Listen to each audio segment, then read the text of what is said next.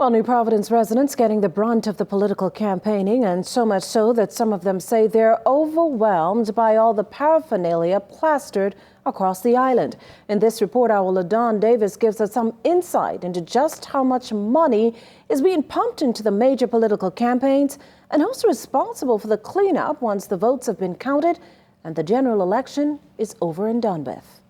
What I do know is that past elections in the Bahamas, they're in the millions of dollars, so I imagine that this election is probably going to be more expensive than any previous one. PLP Chairman Fred Mitchell says the cost to provide election machinery and paraphernalia for any general election could cost all parties vying to lead quite a hefty penny. With the snap election set to take center stage on September 16th, how is it that both major parties were able to get their machinery on the ground so quickly?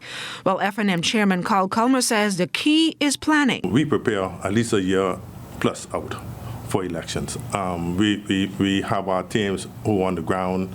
They survey the land, they look at what is required, and we have teams strategizing from a year out. So we're prepared, and we're prepared to win the next election. At the end of the day, whether it's a way to get your message out, we're using all the mediums. We're using the social media, traditional media. We also be using posters and signs to get the message out. But with the amount of paraphernalia littering the streets, the big questions remain: who will be responsible for cleaning it all up after the election is done with, and are they being paid to do it? The law, as I understand it, says that after the elections are done, within a certain period, I think it's 30 days, they all have to come down. In my own campaign, within 2 days, it's all gone.